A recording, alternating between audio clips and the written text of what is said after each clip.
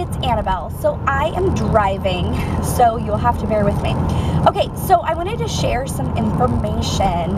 I attended a seminar today on like infants and toddlers and preschoolers, and I've attended several of these like seminars that are offered by my state.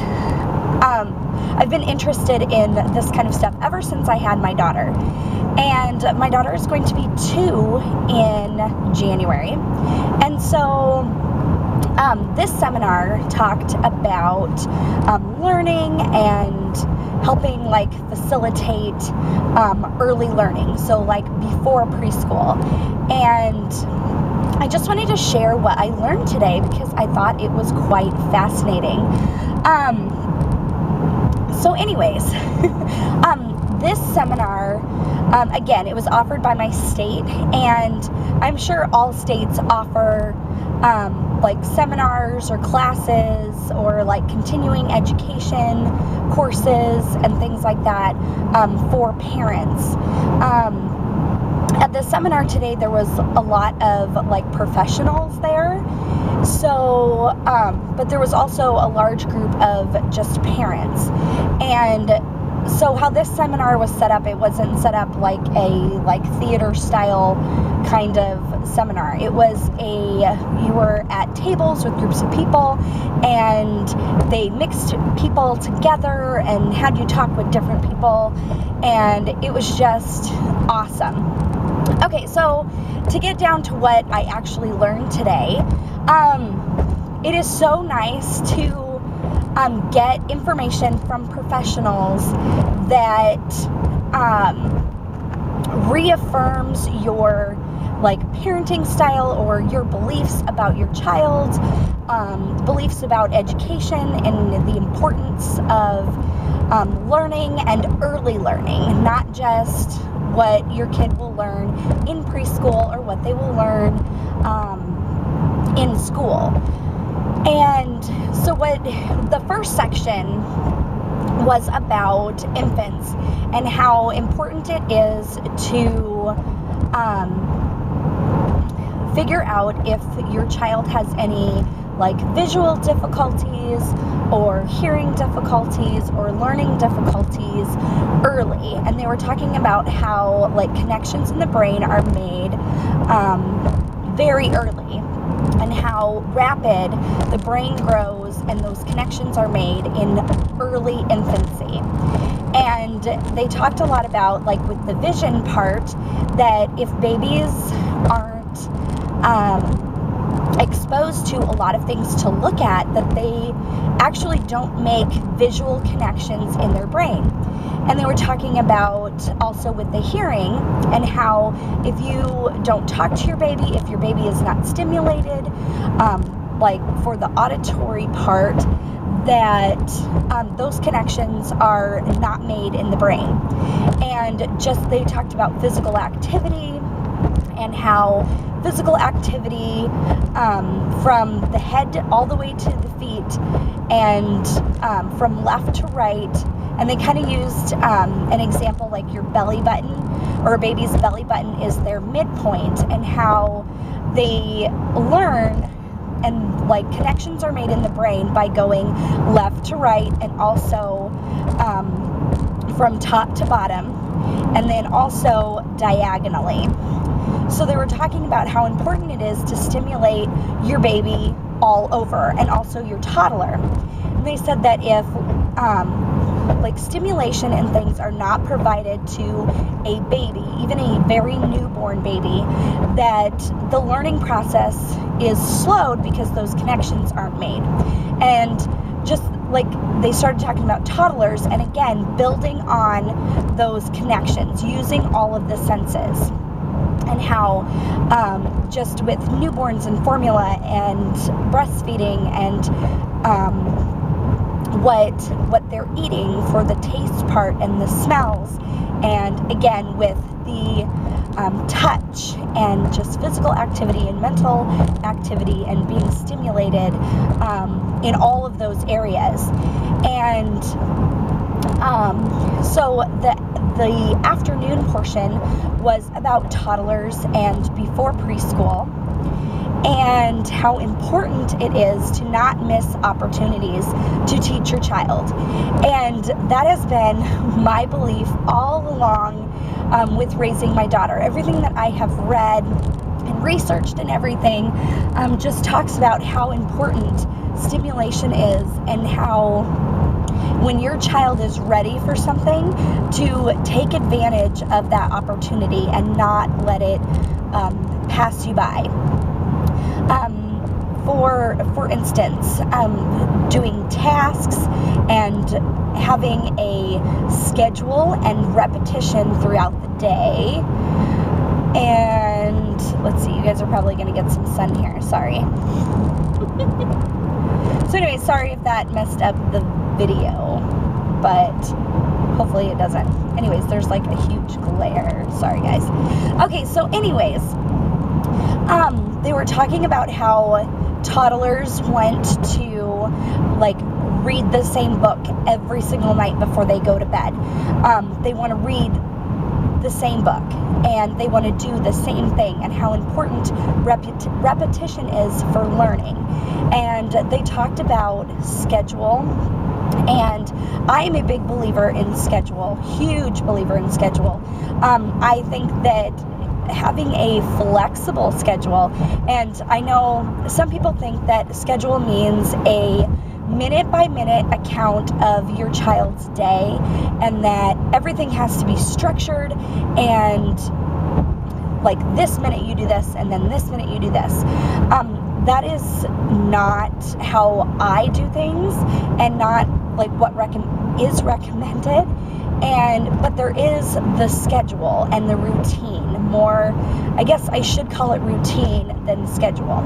But how it starts from day one, and how sleep training with your child's day and night schedule, and how that routine goes, can either make or break your child's sleeping habits, their eating habits, their play habits. And I just love that, because they talked about it a lot today, and I was really happy, because I know a lot of people in my life and a lot of YouTube followers have made comments to me that babies shouldn't be on schedules, and that you should let them do whatever they're going to do. And I agree with that to a point. I think that each child is different, and it depends on the family situation and all of that kind of stuff. But I still think that every child needs some sort of structure and routine throughout the day. And that was like affirmed that is how children learn best, is a routine. They know what to expect, and that is how they learn and they thrive. So one of the examples that they gave was, if every single morning you do something different, that your child does not know what to expect, and that can cause problems, whether behaviorally or mentally, emotionally, that kind of stuff. And so it just, how they explained it made so much sense, and I wish that I could say it how the presenter said it. But basically they were talking about routine, schedule, all that kind of stuff. And then on the repetition side, if you've been following me, you know that I do teaching our toddler little like segments, and I talk about how we teach our toddler, and I also talk about how often we do things, and that we do some things, we repeat it every single day. Other things, we do it kind of intermittently, which would be like every other day or maybe once a week or something like that. But that is how we go about teaching our daughter new things. Like, for example, right now, we are working on washing her hands, washing her face, wiping the table off when she's done. We're just adding another piece to her tasks that she does daily. And so washing her hands, that is done repeatedly throughout the day. And like story time, like that's repeated every day. her playing by herself, her like free play is what I call it, where she can do whatever she wants. She can play with whatever she wants. She can yell and scream, talk to herself, sing, dance, do whatever. She has a portion of her day where she just plays by herself, and I do not intervene in what she's doing. And there's time during the day where she has more structured play, where I actually sit down with her and we go over something. Let's say we go over her animals, or we go over animal sounds, or we go over letter sounds or numbers. Another thing that we have started working on is we have started working on her counting to 3. And as soon as we have 3 down, then we'll start counting to 5. And then we'll probably start counting to 10 or something like that. But when it's repeated constantly, the connections are made in the brain, and it helps your child learn more. And so by repetition, if you repeat your day every day, then your child knows what to expect, and more connections are made in the brain. Like, now that is not 100% how the seminar explained it. But it was an awesome seminar. I loved it. Again, they were talking about finding out problems early, and how parents are the first teachers. And I just love that, because that is like my parenting philosophy. I am my daughter's first teacher. Me and my husband are. And we are her first example. And she needs to obviously be able to follow the directions of others.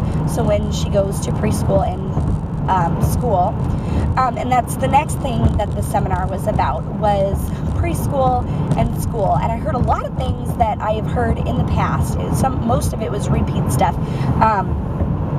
Because I've been doing a lot of research on preschools and school, and like helping facilitate that process.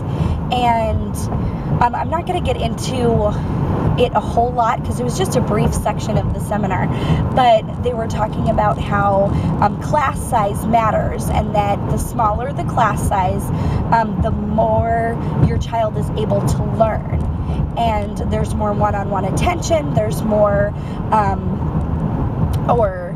there's more of a chance that the teacher will figure out if there is any problems with learning and things like that. Let's see. But yeah, it was such a great seminar. I just loved it. I just learned so much, and there was so many other parents there that had the same like vision, or whatever you want to say, about their child's education that I do. And it was just awesome to have that like kind of network that I got into. So that is it's just awesome, like so completely amazing. But yes, anyways, if there's any questions or comments or anything like that about what I said, or if I didn't explain something enough, just let me know. Leave a comment below. But I just wanted to share that, because I thought that it was just awesome. And just how isolation and all of that stuff is not beneficial for kids, and like to be in a productive learning environment, and how it's just so awesome.